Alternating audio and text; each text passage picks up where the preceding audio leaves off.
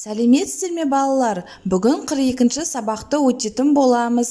Жаңа видеоларды көру үшін каналымызға тіркеліп, колокольчик батырмасын басыңыздар. 18-ші жаттығу ұтымды жауап.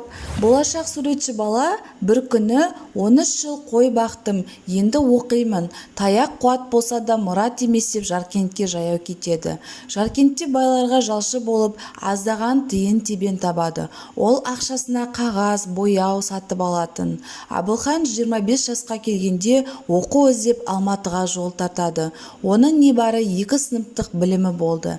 Атақты суретші Николай Гаврилович Хлудовқа салған суреттерін көрсеткенде, ол баланы өнеріне қайран қалыпты. Сурет салуды қайдан және кім үйреткенін сұрағанда, Абылхан Қастеев: таудың бұлағынан, қойдың құлағынан, анамның киізінен, ешкімнің мүйізінен деп жауап берген екен.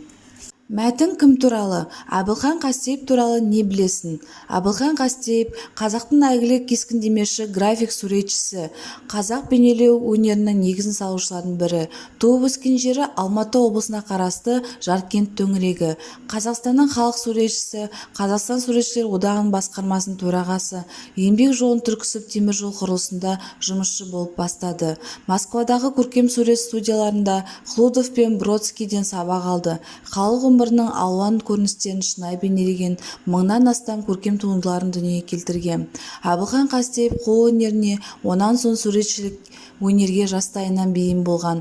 Анасы айғанша кілем алаша, бау басқыр тоқуға, сырмақ сыруға, шым ши жасауға шебер адам болыпты. Абылхан осы халық өнеріне бала кезінен көз қанықтырып, анасына ою-өрнек салуға көмектесіп, сурет өнерінің қолын үйретіп өседі.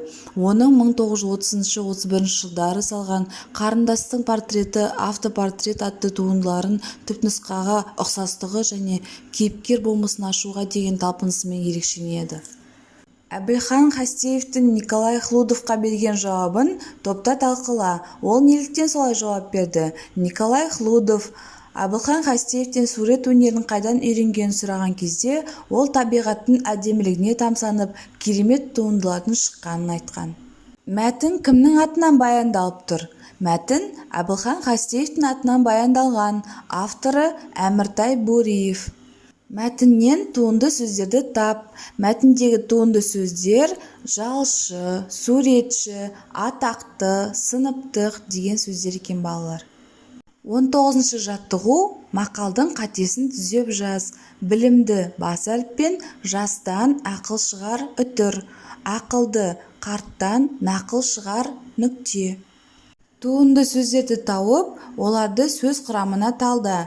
Туынды сөздер білімді, ақылды сөздер. Түбірі білім, ақыл, жұрнақ ды. Мақалдың мағынасын қалай түсінгенді айт. Білімді жастан ақыл шығар, ақылды қарттан нақыл шығар деген мақал. Егер де адам білімді болса, кез келген жұмысты ақылмен жасайды, сондықтан нәтижелі болады. Ал үлкен қария өнегелі, өмірлік тәжірибесі мол болса, үлгі болар сөздер айтады. Яғни ол кісінің айтқаны пайдалы, нақыл сөз болады. 20-шы жаттығу: берілген жұрнақтарды қандай сөздерге қосып жаңа сөз жасауға болады? Пас, шы, хана, кер, қой. Аспаз, құрылысшы, мейрамхана, бапкер, әуесқой деген сөздер жасауға болады екен. Жаңа сөздердің мағынасын түсіндір. Аспаз — ас дайындаушы адам. Құрылысшы — құрылыс алаңдарын салушы маман. Мейрамхана — той жиындар жасауға арналған орын. Бапкер — спорт шеберлерін үйретуші адам. Әуесқой — қандай да бір нәрсеге құштар адам. Шығармашылық үзіліс. 21-ші жаттығу: бір дыбыс 2 рет қайталанбайтындай етіп жаңа сөз жасап жаз. Тон, шар, үй, кіш, бар, қыз, гері, дәр, ық, бал сөздері берілген. Осыдан біздер сөздер жасап шығарайық. Яғни шортан, үйшік, қарбыз, дәрігер, балық деген сөздер жасап шығаруға болады. Осымен біздің сабағымыз аяқталды. Арнамызға жазылуды ұмытпаңыздар. Барлық сабақтар арнамызда шығып отырады.